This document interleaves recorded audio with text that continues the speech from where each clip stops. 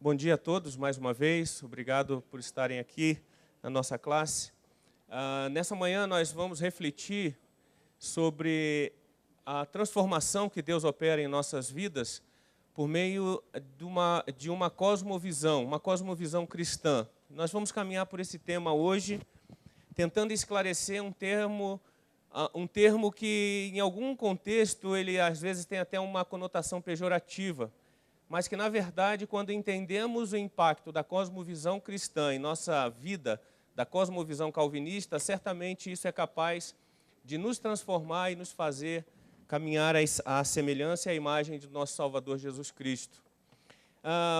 Quando pensamos a respeito dessa palavra, cosmovisão, é interessante pensarmos que palavras, elas entram e elas são criadas, elas são usadas muitas das vezes como modismo, mas na verdade elas apresentam um contexto semântico por trás dela. Por exemplo, uma palavra que está na moda agora é resiliência. Acho que muitos já ouviram essa palavra de maneira rotineira. O que é resiliência? É uma capacidade de resistência, de superar as dificuldades, até muito esquecido. Uma palavra nova também que temos ouvido com bastante recorrência é a própria questão do coaching, treinamento, o auxílio, e a cosmovisão entra dentro desse contexto também. Então, o nosso desafio nessa manhã é entender a palavra cosmovisão e principalmente a cosmovisão cristã calvinista. Para isso, vamos orar ao Senhor, agradecendo por essa manhã e pedindo que Ele nos abra o coração. Pai, nós te agradecemos por essa manhã que o Senhor nos dá. Obrigado porque estamos aqui em Tua casa para Te adorar. Obrigado porque o Senhor é o mesmo de ontem, de hoje e certamente será o de amanhã. Obrigado porque o Senhor tem toda a história sobre as Tuas mãos. O Senhor é detentor de toda a soberania e graça sobre as nossas vidas.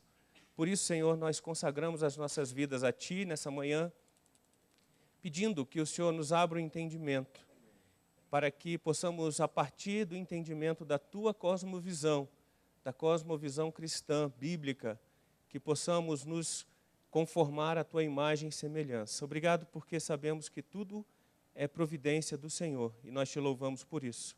Cativa, Pai, a nossa mente, nosso entendimento, nosso coração ao estudo da Tua palavra nessa manhã. Obrigado, oramos em nome de Jesus. Amém. Irmãos, Cláudio, pode passar o próximo? De maneira bem breve, não vou falar sobre todos os livros, mas o irmão tinha me pedido para eu te passar a apresentação anterior, eu acabei não conseguindo. Depois eu vou pedir o seu telefone para eu lhe passar as apresentações. Mas por que eu estou fazendo essa referência? Muitos livros nós temos sobre reflexão sobre a cosmovisão cristã. Aqui estão algumas indicações para que vocês possam se aprofundar sobre o tema. Como 1h e 50 minutos é muito pouco para nós abordarmos todas as questões que envolvem o estudo sobre a cosmovisão cristã. Então, sugiro com muito carinho que os irmãos se dediquem à leitura de qualquer um desses livros aqui, porque eles vão falar sobre cosmovisão cristã. Destaco 2 livros aqui, especial. Gosto muito de biografias, e eu vou falar sobre ela no final. A biografia de Jonathan Edwards. Ela vai falar claramente sobre o impacto de uma cosmovisão cristã na vida de uma pessoa. E o Jonathan Edwards foi uma pessoa que seguiu a cosmovisão cristã com integridade e fidelidade. E o próprio livro que fala sobre o calvinismo, de Abraham Kuyper, que foi um ex-primeiro-ministro da Holanda, calvinista, e que, a partir de uma visão calvinista, uma visão cristã bíblica, teve um impacto na Holanda, no período em que ele foi primeiro-ministro, chegando até a fazer uma palestra na Universidade de Princeton, onde ele apresentou o impacto de uma cosmovisão cristã calvinista na Holanda. Então, também um livro o qual eu sugiro os irmãos a fazerem leitura. Bom, irmãos, o que nós aprendemos até agora? Fora os 2 ensinos temáticos que tivemos, que foi um sobre internet e outro sobre eleições, especificamente nos voltando ao entendimento de como cristãos, como presbiterianos, devemos enfrentar esses temas, que são temas atuais e que nos confrontam e que nos desafiam. Nós aprendemos 3 aspectos sobre o nosso presbiterianismo avançado. E aqui o pastor até Weber falou comigo que eu falei na última aula que era presbiterianismo aplicado. Não deixa de ser presbiterianismo aplicado, mas o nome da turma é presbiterianismo avançado, tá, irmãos? O que nós aprendemos até então? Deus dirige a história, nos trazendo ao reconhecimento do que somos. Uma igreja presbiteriana. Deus ensina. E ensina por meio dos nossos símbolos de fé. O catecismo, as confissões, o catecismo maior, as confissões de Westminster e a própria palavra de Deus. Deus, e foi a última aula que nós fizemos, que nós demos, Deus é soberano. E Ele, por meio da sua soberania, Ele estabelece uma forma, um plano de salvação dos seus eleitos, indicando que todos nós somos depravados, não, como eu expliquei, não um contexto sexual, mas sim depravados, porque por meio de nós mesmos não conseguimos alcançar a Deus. Por isso Ele nos elege, separa um povo para a sua honra e glória, enviando Jesus Cristo como Salvador, mas não para morrer por todos, mas sim por aqueles a quem Ele escolheu, derramando uma graça irresistível que não permite que nós tenhamos escolha. Ao derramar essa graça de salvação, Ele nos escolhe e nos faz ser povo dEle. E, por consequência, como a obra toda, consumadora e redentora da vida é dEle, Ele faz com que nós perseveremos na fé, diante de tantas adversidades. Se nós pudéssemos pegar uma história para falar sobre uma cosmovisão cristã, uma cosmovisão bíblica, a história que aprendemos hoje sobre Daniel é uma história, e seus amigos, é uma história firme de convicção e de cosmovisão cristã. Então, até para nossa aula está sendo gravada, se querem ouvir uma pregação que fale efetivamente sobre cosmovisão cristã, ouçam a pregação do pastor Reiner hoje da manhã. Irmãos, em resumo, a graça e a soberania de Deus são base de todo o processo de salvação de Deus. E a grande pergunta que fica para nós entrarmos no nosso contexto de cosmovisão é o que eu coloquei ali no slide. E daí? Ou seja, o que eu faço com isso a partir de tamanho plano de salvação? Se Deus me escolheu, me separou, se Ele fez com que eu fosse um povo eleito, simplesmente é para o meu deleite?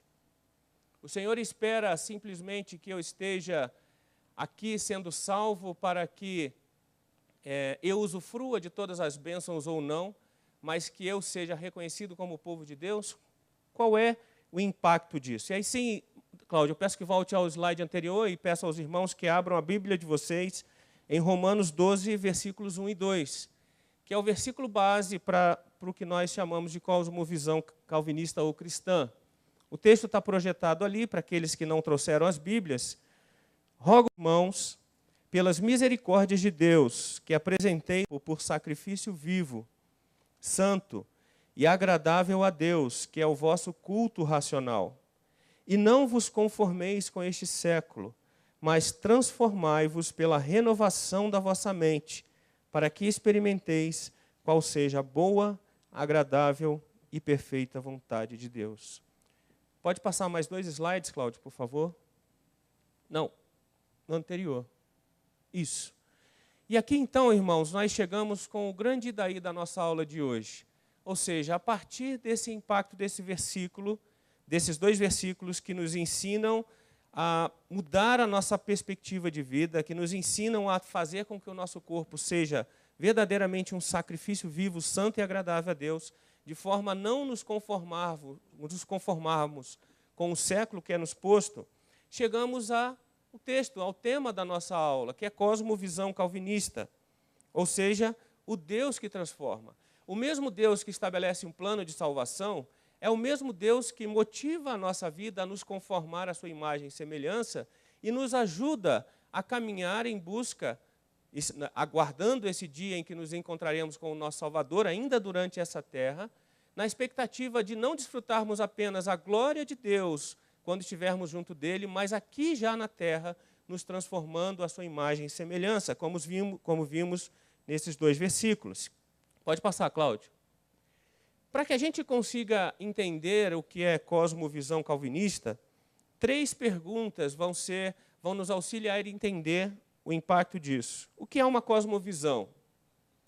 Qual é a singularidade da cosmovisão calvinista, se existe? qual é a implicação da cosmovisão calvinista em minha vida? Irmãos, a palavra, já não se ensinam mais tanto hoje nas escolas, processo de formação das palavras, né? Mas se a gente for observar aqui, essa palavra é formada por duas palavras montadas uma ao lado da outra. Para os estudiosos de português, vão entender que é uma composição formada por justa posição, duas palavras postas ao lado uma da outra. Cosmovisão, ou seja, uma visão do cosmos, uma visão de mundo. A grande questão que está relacionada a isso é o que fazer com essa visão de mundo. Nós não poderia ser diferente, nós vimos agora nos últimos 3, 4 dias pessoas a favor e contra a prisão do ex-presidente. Nós vimos claramente cada um defendendo a sua visão, cada um defendendo um posicionamento. Muitos daqueles, além de simplesmente defenderem as suas ideias, indo até, executando ações que correspondiam àquela sua visão. Ou seja, não podemos descartar que todos nós, independentemente de crença, independentemente de posição política ou status social, temos uma visão de mundo. Essa visão de mundo é influenciada por uma série de pontos. Por favor, Cláudio, próximo slide. Cosmovisão como um conceito, ela é tida como a compreensão abrangente do mundo. Ou seja, tem uma compreensão do que é o mundo, segundo o dicionário Webster. A próxima definição que eu acabei esquecendo de citar é do dicionário do Aurélio. Ele fala que é a compreensão geral do universo e da posição nele ocupada pelo homem, que se expressa por um conjunto mais ou menos integrado de representações e que deve determinar, em última instância, a vontade e os atos do seu portador. Vejam que eu destaquei algumas palavras: compreensão do papel do homem, integrado em algumas representações de forma a determinar a sua vontade e os seus atos. Vejam que a cosmovisão, então, tem, a partir de uma visão que eu tenho do mundo que está à minha volta, essa visão de mundo ela afeta exatamente quem eu sou, como eu vejo o mundo, e não somente isso, mas altera o meu próprio agir. De forma mais simplista, uma cosmovisão é uma visão de mundo que afeta a forma de agir individual. Então, vejam, quando posicionamos sobre alguns aspectos, sobre algumas questões, certamente isso está afetado pela nossa forma de visão de mundo. Ou seja, aquilo em que fomos ensinados, aquilo em que passamos a perceber do mundo, acaba influenciando a nossa cosmovisão. Pode passar o próximo, Cláudio? Abraham Kuyper, ele vai definir como cosmovisão como sendo um conjunto de crenças usadas para o entendimento e agir no mundo. Então, a fé cristã ela é também para a salvação e também para todos os outros aspectos da vida. Então, vejam que isso é importante para nós. Normalmente, nós temos a tendência, e já ouvimos muitas pregações sobre isso, que às vezes somos uma coisa na igreja e quando vamos enfrentar o mundo, somos outra coisa totalmente diferente. Quando verdadeiramente temos uma cosmovisão cristã, bíblica, calvinista, o impacto dessa cosmovisão, ela vai influenciar em todos os meus aspectos de vida. Ou seja, o meu ser, de maneira integral, ele é afetado pela forma como eu acredito, pela forma como eu ajo. Eu acho que você pulou um slide, Cláudio, pode voltar? Não, perdão, próximo mesmo. Então, irmãos, a cosmovisão ela é formada, ela é a forma, né? A base como a gente interpreta a realidade. As origens dessa palavra, ou a origem dessa forma de interpretação do mundo, ela passa por dois aspectos específicos. O primeiro deles são os psicossociais, ou seja, o meio em que nós vivemos, a forma como fomos criados, a nossa história, a nossa origem, ela tem influência na nossa forma de ver o mundo. Mas um fator primordial e importante para nós, especificamente como crentes em Cristo, é o aspecto espiritual, religioso, que acaba nos moldando e nos fazendo ver a vida de maneira diferente. Por exemplo, a partir de uma cosmovisão cristã, nós começamos a entender e ter crenças sobre Deus, sobre casamento, sobre política, sobre estruturas sociais, sobre questões ambientais, sobre formação educacional, sobre economia, criação de filhos, até que alimentos consumir. Tudo vai ser influenciado por conta dessa nossa perspectiva de visão espiritual, ou seja, da própria visão religiosa e cristã. Pode passar, Cláudio, a próxima? Grande parte, aqui eu creio que esteja pequeno, essa aí da Goberto, você me perdoe que eu não consegui aumentar, mas não sei se você está conseguindo visualizar aí atrás. Mas a cosmovisão, ou seja, essa visão de mundo, principalmente sob a nossa perspectiva bíblica, ela vai nos ajudar a responder perguntas como: de onde viemos? Por que estamos aqui? Existe um Deus? Se existe um Deus, o que Ele espera de nós? O que nos acontece depois de morrermos? Nós fomos criados ou evoluímos? A moralidade é absoluta ou relativa? Veja que, de alguma forma, enquanto eu fazia as perguntas, vocês aí já refletiam sobre algumas respostas. Por quê? Vocês são influenciados pela própria cosmovisão, pela visão de mundo bíblica que já carrega, já forma a base de vocês. Mas também a cosmovisão bíblica calvinista nos ajuda a responder perguntas como... Pode passar o próximo, Cláudio. Você acha que a homossexualidade é um pecado ou um estilo de vida alternativo? O aborto está errado ou é direito da mulher? Você votaria em esquerdistas, direitistas, não partidários, em algo mais ou menos, ou não votaria em ninguém? A prostituição deve ser uma prática comercial legítima? A maconha e outras drogas desse tipo devem ser legalizadas? O casamento deve ser definido como ocorrendo entre um homem e uma mulher? E daí poderíamos tirar inúmeras e outras perguntas que poderiam trazer à nossa mente a forma de entendimento e a forma bíblica de concepção. Então vejam, irmãos, pode passar o próximo slide. Se nós falamos de uma cosmovisão calvinista, não tem como nós fugirmos de que cosmovisão calvinista ela se alinha ao termo cosmovisão bíblica, ao termo cosmovisão cristã. Os três termos, eles se alinham e eles falam por si. Vejam que quando nós falamos na aula passada sobre os 5 pontos do calvinismo, falando da soberania e da graça de Deus em eleger um povo para que muitos vejam a partir de nós a imagem e semelhança do Senhor, na verdade Ele está nos fazendo nos conformar com aquilo que Ele próprio, pela sua palavra, nos ensinou. Então não tem como nós separarmos os termos cosmovisão calvinista de cosmovisão bíblica ou cosmovisão cristã. Os três termos são similares, eles falam do mesmo aspecto. Ou seja, se nós falamos de que nós somos uma igreja presbiteriana baseados em uma cosmovisão calvinista, certamente eu e você possuímos uma cosmovisão bíblica voltada a uma visão de mundo pela palavra de Deus. E isso é a essência das nossas vidas. Existe uma forma, por consequência, cristã de pensar e agir de maneira definitiva, com coerência, caráter e unidade estabelecida na própria palavra de Deus. E aqui o primeiro texto que eu já pedi ao pastor Weber para me ajudar, 2 Timóteo 3, 16 e 17. Os irmãos que quiserem abrir a palavra, 2 Timóteo 3, 16 e 17. Toda a Escritura é inspirada por Deus e útil para o ensino, para a repreensão, para a correção, para a educação na justiça, a fim de que o homem de Deus seja perfeito e perfeitamente habilitado para toda boa obra. Vejam, irmãos, que se nós falamos de cosmovisão cristã, certamente a Escritura, toda ela, sem exceção, de maneira integral, ela é suficiente para nos exortar, para nos ensinar e nos moldar aquilo que o Senhor espera.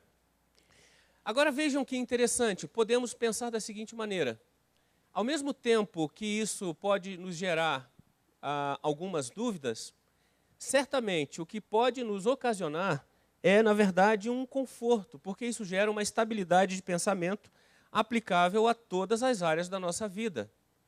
Sem exceção, a palavra de Deus, ela é a única regra de fé inerrante para ser aplicada em todas as áreas da nossa vida. Irmãos, isso é cosmovisão.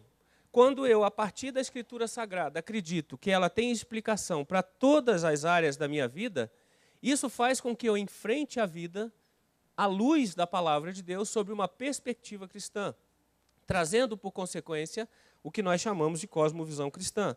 O texto de 2 Coríntios 10:5 vai nos falar sobre a estabilidade desse pensamento.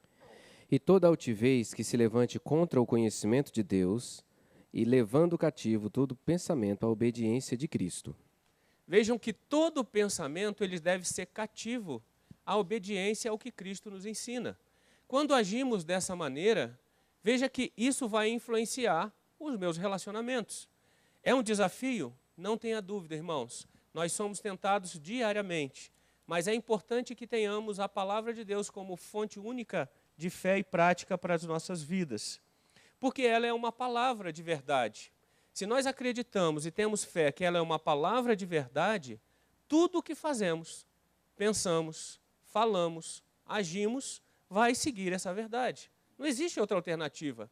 Isso molda o meu ser por inteiro. Isso faz com que a verdade que está na palavra de Deus habite em meu coração e, por consequência, modifique a minha vida. Vejam que a perseverança dos santos, trazida pelos 5 pontos do calvinismo, tem relação com a própria implementação da verdade. Se a palavra é verdade, e eu creio nessa verdade pela fé dada por Deus à minha vida, por consequência, isso tem mudança nas minhas próprias atitudes. 2 Coríntios, no entanto, essa palavra é uma palavra que é desafiada a todo tempo. Mateus 22, 36 a 40 vai nos dar uma visão sobre isso. Mestre, qual é o grande mandamento na lei? Respondeu-lhe Jesus: Amarás o Senhor teu Deus de todo o teu coração, de toda a tua alma e de todo o teu entendimento. Este é o grande e primeiro mandamento. O segundo, semelhante a este, é: amarás o teu próximo como a ti mesmo. Destes 2 mandamentos dependem toda a lei e os profetas. Aqui, irmãos, vejam que a verdade que o Senhor nos coloca é exatamente amar a Deus sobre todas as coisas e ao próximo como a ti mesmo. Veja que são palavras do próprio Cristo.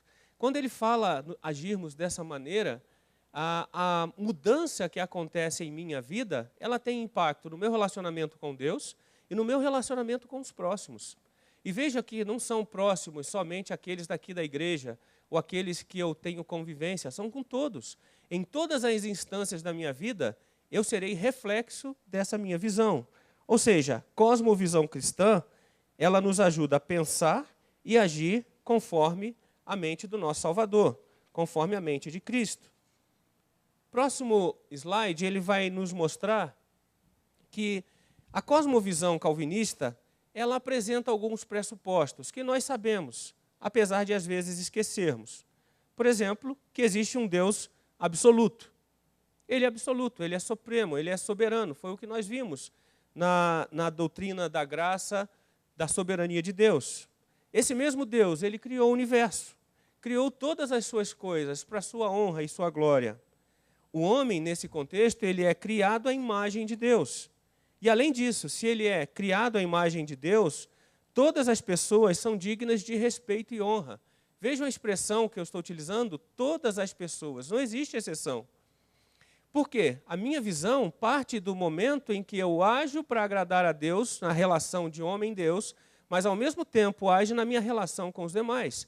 Se, porventura, eu estou adorando a Deus, mas eu tenho algum problema com o pastor Weber, essa relação já foi rompida, porque eu deixo de honrar a criatura que Deus fez. Então vejam que o nosso Deus, ele nos estimula um relacionamento com ele, mas também é um relacionamento com os nossos irmãos. Ao homem, segundo o pressuposto, mais um pressuposto, foi dado domínio sobre a criação de Deus. A forma como Deus nos impulsiona a dominar a criação não é subjugar.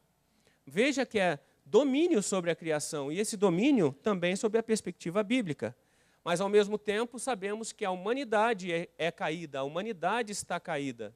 Não existe outra alternativa, por quê? desde os nossos pais Adão e Eva, herdamos o pecado em nosso coração e, por consequência, sem Cristo nada é possível. Jesus, por consequência, é a única esperança da humanidade para a sua redenção. Eu não posso fazer nada. Não existe ninguém, não existe outro caminho que me leve ao Pai se não for por Cristo.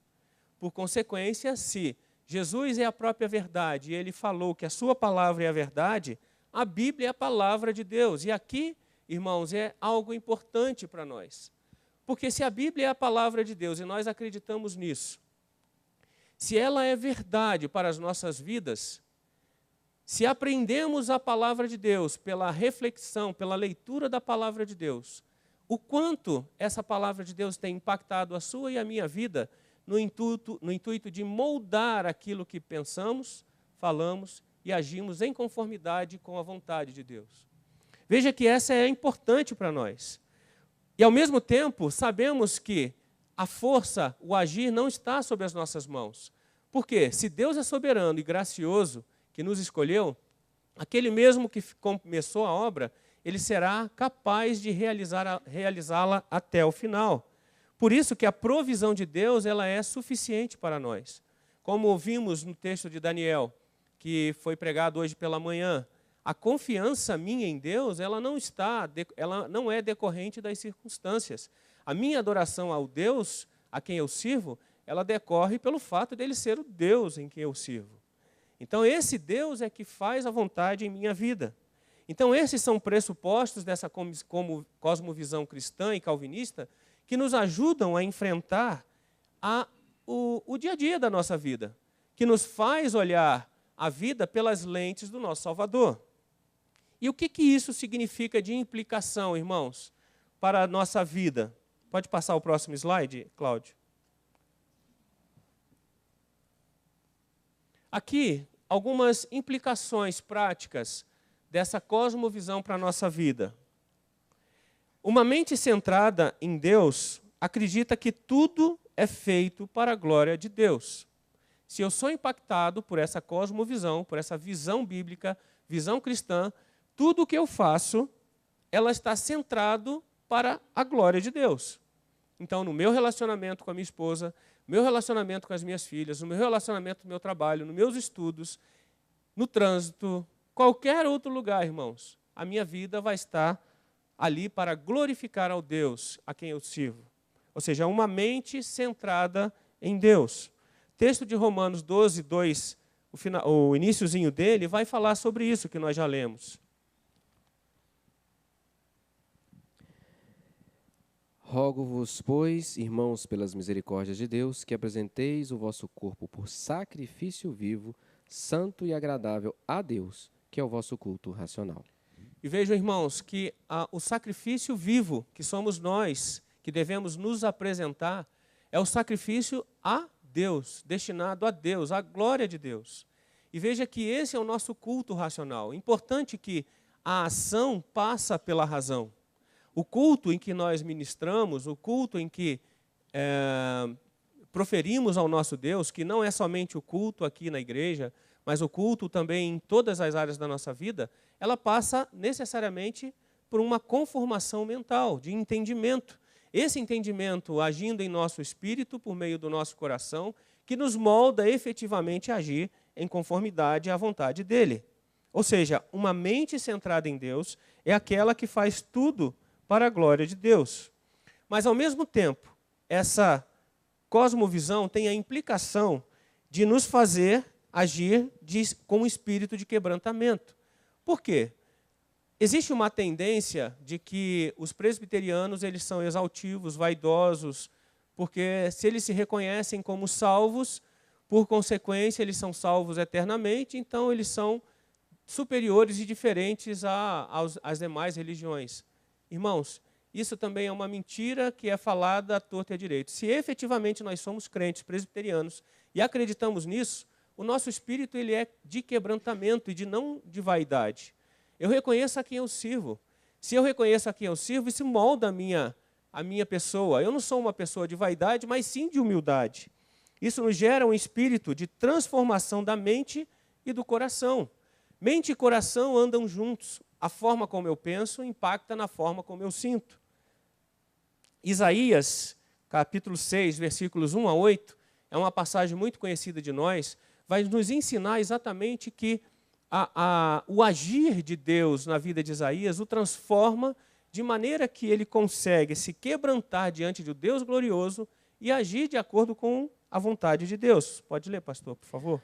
No ano da morte do rei Uzias, eu vi o Senhor assentado sobre um alto e sublime trono, e as abas de suas vestes enchiam o templo. Serafins estavam por cima dele, cada um tinha 6 asas. Com 2 cobria o rosto, com 2 cobria os seus pés, e com 2 voava. E clamavam uns aos outros, dizendo: Santo, Santo, Santo é o Senhor dos exércitos. Toda a terra está cheia da sua glória.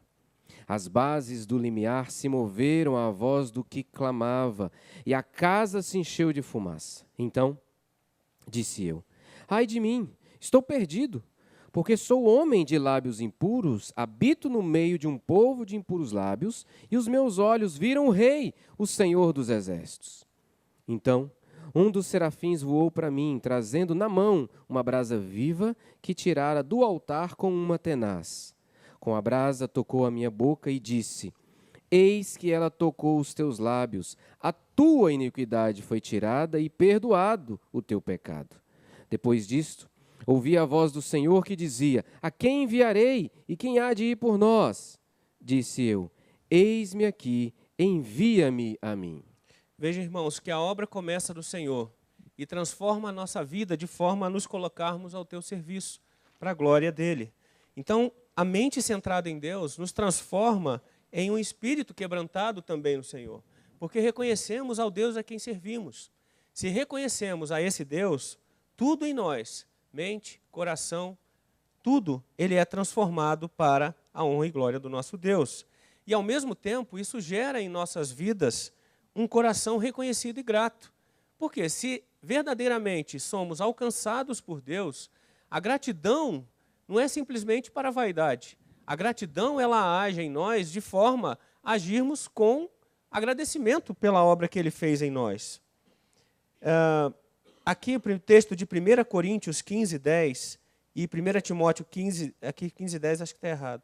Mas 1 Coríntios 15, 10 ele vai falar sobre isso. Mas, pela graça de Deus, sou o que sou. E a sua graça, que me foi concedida, não se tornou vã. Antes, trabalhei muito mais do que todos eles. Todavia, não eu, mas a graça de Deus comigo. Então vejam que a gratidão nos impulsiona a agir em prol daquele Deus a quem eu sirvo.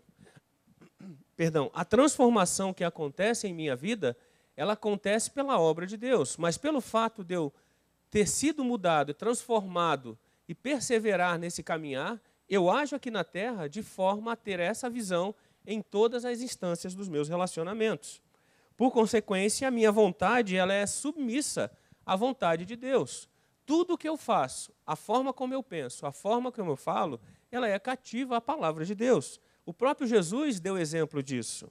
Mateus 6,10 vai falar sobre isso. Venha o teu reino, faça-se a tua vontade, assim na terra como no céu. Vejam, irmãos, que o texto fala da oração que Jesus nos ensinou. E essa oração, ele fala claramente de que a vontade de Deus deve ser feita no céu e na terra. E que ele usa pessoas como nós, pessoas comuns, para cumprir a sua vontade. Nos fazendo, por consequência, ter uma vida santa na dependência absoluta e completa de Deus. Ou seja, se eu creio que tudo o que eu faço é para a glória de Deus, certamente isso transforma a minha vida. Isso molda a forma de eu agir. Por quê? Se nós fomos eleitos, como vimos, o Senhor nos separou, essa santificação, essa eleição, nos ajuda a agir com um propósito. Mas um propósito não humano, não para sermos melhores, não para sermos diferentes, mas sim para que as pessoas vejam o Deus da nossa salvação, o Deus da nossa eleição. 1 Tessalonicenses 5, 23 a 24 vai nos falar sobre isso. O mesmo Deus da paz vos santifique em tudo, e o vosso espírito, alma e corpo sejam conservados íntegros e irrepreensíveis na vinda de nosso Senhor Jesus Cristo. Fiel é o que vos chama, o qual também o fará. Veja que A fidelidade de Deus para as nossas vidas é aquela que nos transforma, é aquela que nos faz agir em busca da santidade, tendo a visão, a cosmovisão do Senhor em todas as nossas áreas, nos levando então, por consequência, a alcançar o propósito glorioso de Deus, ou seja, a glória de Deus, inclusive por meio da santificação. Irmãos, uma coisa que nós poderíamos perguntar, o quão próximo ou o quão distante nós estamos disso? O quão próximo ou quão distante nós estamos dessa cosmovisão cristã? Será que todas as áreas da nossa vida estão sendo preenchidas? Ou melhor, nós estamos agindo em todas as áreas da nossa vida dessa maneira? Veja que essa é uma pergunta que nos coloca num cruzamento ou numa escolha. A tendência que nós temos de agir é de que essa escolha seja uma escolha nossa. Mas veja que a tendência dessa escolha pode criar em nós uma perspectiva legalista ao extremo. Tudo o que eu fizer agora vai ser pelo meu próprio esforço para agir em conformidade com a visão de Deus, em conformidade com a visão calvinista. E veja que isso é pernicioso para a própria graça de Deus. Reflitam nisso. Isso é pernicioso para a própria graça de Deus. Por quê? A graça de Deus que nos alcança é a graça que nos transforma. A todo tempo, apesar de não conseguirmos sermos falhos, ainda pecarmos, a graça de Deus é suficiente para fazer com que, apesar de cairmos, nos levantamos, reconhecemos o nosso pecado, nos colocamos diante de Deus e agimos em conformidade com a sua palavra. Porque somente a graça de Deus é capaz de fazer essa transformação. Qualquer coisa diferente disso, isso é um legalismo qualquer. Não é aquilo que o Senhor espera. Então, irmãos, quando temos uma cosmovisão, essa cosmovisão do mundo, ela é dada por Deus ao nosso coração. E essa cosmovisão faz-nos agir em conformidade com a palavra dele. E a grande pergunta que pode estar na sua mente, na minha mente, pairou quando eu estava preparando o estudo, é: o que fazer então diante dessa cosmovisão? E aí eu abro para os irmãos, antes de dar continuidade, para mais uma pergunta, ainda temos um tempinho. O que fazer? Ou como encarar desafios da vida a partir de uma cosmovisão cristã? Talvez respondendo algumas das perguntas que eu coloquei ali inicialmente, apenas para a gente refletir a respeito.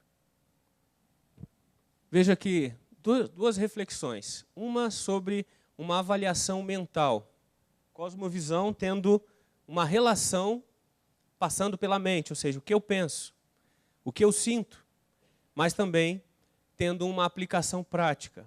Não adianta termos simplesmente uma reflexão, e a grande maioria de nós faz isso, eu faço isso. Às vezes, em algum grau, eu simplesmente reflito sobre a palavra de Deus e até acho bonito. Mas, em algum grau, isso também acaba não sendo aplicado à minha vida. Eu deixo de lado alguns conceitos e isolo esses aspectos de forma a que aquilo que não me agrada eu deixe de lado, mesmo tendo um conhecimento racional sobre aquilo. Me lembro de uma história, acho que eu já até comentei sobre isso aqui em algum momento, não lembro quando, mas o ex-presidente dos Estados Unidos, acho que foi Thomas Jefferson ou George Washington, não lembro qual foi especificamente, ele tinha por característica de selecionar as partes da Bíblia que melhor lhe aplicavam.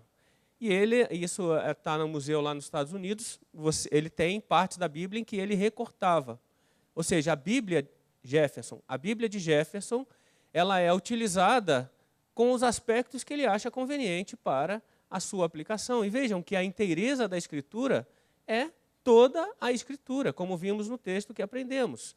Nada desse texto ele deixa de ser aplicado. O que é um desafio para o nosso pensar, o nosso refletir, deve descer para as nossas ações, para aquilo que executamos. Pode passar o próximo slide, Cláudio, por favor? E aqui, irmãos, eu peguei uma citação de Jonathan Edwards, como eu havia comentado com vocês, sobre a biografia que eu li. Ele é um dos pastores que me inspira bastante.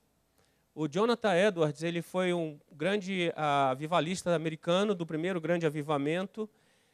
Ele era uma pessoa que aproveitava ao extremo o seu tempo. Ele utilizava o seu tempo de maneira ótima, a otimizar família, estudo, dedicação ao Senhor, oração, utilizando todo o tempo para que servisse para a glória de Deus. Ele tem um grande sermão que foi pregado, Pecadores na Mão de um Deus Irado, em que muitas conversões, muitas pessoas se arrependeram e foram diante de Deus nesse sermão. O interessante é que esse mesmo sermão ele tinha feito na sua própria igreja, não teve impacto de uma pessoa sequer. Mas quando o Espírito Santo o moveu, falando por meio dele, levando ele a proclamar esse evangelho para que houvesse o avivamento, aí sim o Espírito Santo do Senhor agiu e moveu uma grande quantidade de pessoas, levando ao arrependimento e a se colocarem diante de Deus. E além disso, ele tinha um firme propósito. Ele criou resoluções para a sua vida. Vejam que, para quem gosta de filme, teve... Ixi, eu sou ruim de nome, irmãos. Teve um filme que passou recentemente, que era de uns policiais cristãos. Quem lembra, me ajude. Um dos policiais crentes, que eles... Homens corajosos, né? Corajosos. Em determinado momento, aqueles homens se arrependem das suas coisas, se colocam diante de Deus e fazem propósitos, resoluções. E o Jonathan Edwards, ele tinha feito com 16 anos de idade, pouco após a sua própria conversão, ele se colocou diante de Deus e fez algumas resoluções, todas elas em conformidade com a palavra de Deus. Mas veja que poderíamos pensar da seguinte maneira: resoluções que impulsionam a práticas ritualísticas ou práticas legalistas. Na verdade, não. A devoção a que ele tinha ao Senhor fez com que ele escrevesse as resoluções para que ele agisse dessa maneira. E dentro desse contexto, irmãos, ele tem uma frase que nos ajuda a termos a visão do que uma cosmovisão impacta no nosso dia a dia. Ele fala que tudo o que dizemos será inútil se não for confirmado pelo que fazemos. Aqui nos leva a uma reflexão do que muitos de nós pensamos sobre o cristão ser genuíno ou não. Vejam que isso nos impulsiona a agir em conformidade com a palavra de Deus. Mas veja, como eu já disse antes, não agindo pelas minhas próprias forças ou meus próprios méritos, mas sim pela graça que opera em nossas vidas. Se falamos alguma coisa, certamente o discurso será incoerente se não agirmos da maneira como falamos. Se eu falo que devo perdoar o meu irmão e não o perdoo, que evangelho é esse que eu vivo? Se eu falo que devo amar a Deus sobre todas as coisas e em algum grau coloco alguma outra coisa acima de Deus em algum momento da nossa vida, certamente nós não estamos cumprindo a palavra de Deus. Podemos elencar uma série de outras questões, mas o tempo não me permite, ainda quero abrir alguns minutos para algumas questões, mas para nós terminarmos, eu gostaria, pode passar, Cláudio, o slide? De retornarmos ao texto que eu iniciei. Um texto que nos desafia a termos verdadeiramente uma cosmovisão cristã. O texto de Romanos 12, 1 e 2, que fala assim: rogo-vos, pois, irmãos, pelas misericórdias de Deus, que apresenteis o vosso corpo por sacrifício vivo, santo e agradável a Deus, que é o vosso culto racional. E não vos conformeis com este século, mas transformai-vos pela renovação da vossa mente, para que experimenteis qual seja a boa, agradável e perfeita vontade de Deus. Um texto muito impactante, depois reflitam nele. Se a palavra de Deus ela é suficiente, ela é suficiente. Suficiente em que sentido? Tudo, toda e qualquer situação. Lembra que no meu exemplo eu falei até do que alimentar. Eu até brinco lá em casa, vocês sabem que eu sou um pouco cheinho, e o meu desafio é emagrecer, irmãos, orem por isso. Eu sou desafiado todo tempo. Não me chame de gordo, irmãos, por favor. Mas é um desafio. E vejam que até eu brinco lá em casa falando que a dieta de Daniel é o que eu vou fazer, é só legumes e frutas e mais nada. Porque isso nos impulsiona até o que alimentar e como nos alimentarmos, a palavra de Deus tem orientação para isso. Então vejam, se queremos, hoje o grande desafio, como o pastor Weber colocou o Alexandre trouxe nas 2 últimas aulas, como lidar com a internet. A internet é uma ferramenta, uma utilidade dos dias atuais. Como é que eu vou lidar com isso à luz da palavra de Deus? Vejam um simples exemplo. A palavra de Deus nos ensina que eu tenho que, como vimos, adorá-lo sobre todas as coisas, amar a Deus sobre todas as coisas. Se, porventura, eu dedico menos tempo à leitura da palavra e mais tempo à leitura das mensagens de WhatsApp, a conclusão vocês já sabem. Nós até sabemos a verdade, não queremos aceitá-la, mas a palavra é clara nesse sentido. E isso acontece com todos os outros aspectos. Eleição, como é que vamos votar? Como devemos agir?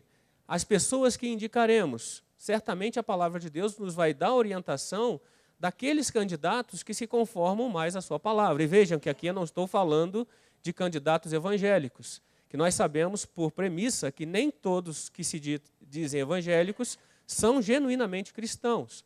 Mas vejam que eu preciso confrontar aquilo que a pessoa fala com a palavra de Deus. Então, irmãos, eu acho que juntando as 2 falas dos irmãos aqui à frente, juntando o nosso pensamento, a nossa razão com o nosso agir, isso nos dá uma grande dica de como viver. Ou seja, tudo o que nos aparecer, eu tenho que, de alguma forma, confrontar com a palavra de Deus. Por isso, irmãos, que é importante nós estudarmos a palavra de Deus diariamente, colocando tempo para reflexão sobre a palavra de Deus, buscando livros que nos auxiliam essa interpretação. Já foi, dona Marlene? Por quê? Eu preciso tomar uma decisão. Imagine que eu tenho que tomar uma decisão agora. Aí eu vou abrir a Bíblia, ou então abrir um texto assim aleatoriamente, esse texto vai falar para o meu coração, irmãos? Não é isso. A palavra de Deus precisa ser estudada para que essa palavra habite em meu coração e quando eu for desafiado pelo contexto do mundo, eu tenha, de acordo com a visão cristã, a resposta certa, de acordo com aquilo que o Senhor nos ensina. Então vejam que esse desafio, ele é constante, ele é diário. Irmãos, para nós terminarmos, eu gostaria de convidá-los a se colocar em pé. Eu vou pedir o pastor Weber para orar.